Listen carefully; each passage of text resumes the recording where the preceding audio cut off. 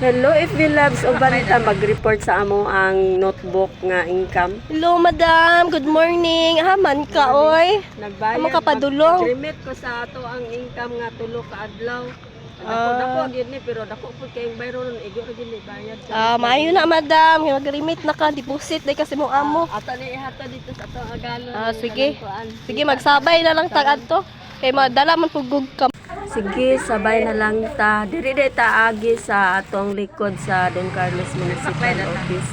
Kauban ako ni akong pagmangkon, madramatic kay ni siya style. O baklay-baklay mi paingon dito sa Pika Salon kay amo mang irimit lagi ning amo ang income nga 3 days. Dako pud ang among bayro nun.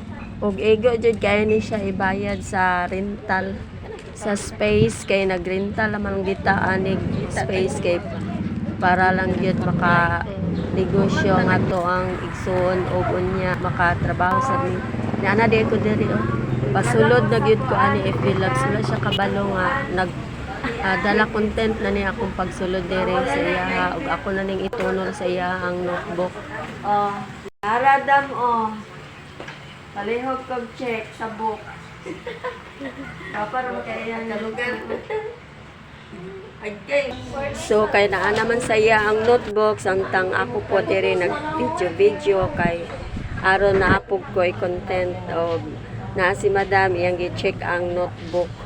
O sa may mga puso diyan paki-share like sa akong video. Salamat sa inyong support. Kinsa ra man day magtinabangay kita ra yung mga Pilipino, Bisaya ug Tagalog pwede na ka na rin kung marunong kang tumulong sa kapwa nyo. Tanan mga friends diha paki-support naman. Naka-customer na diyan akong pag-umangkon mao na siya nag-ingkod na po diha nagkutkot sa kuko samtang si madam padayon pa siya nag-check sa notebook aya kumulakaw ani og ako nagbuhat ko content para nga napo ko'y mahatag sa inyo di malingaw. Daghang kay salamat sa inyong suporta. See you next video. Follow for more. Bye.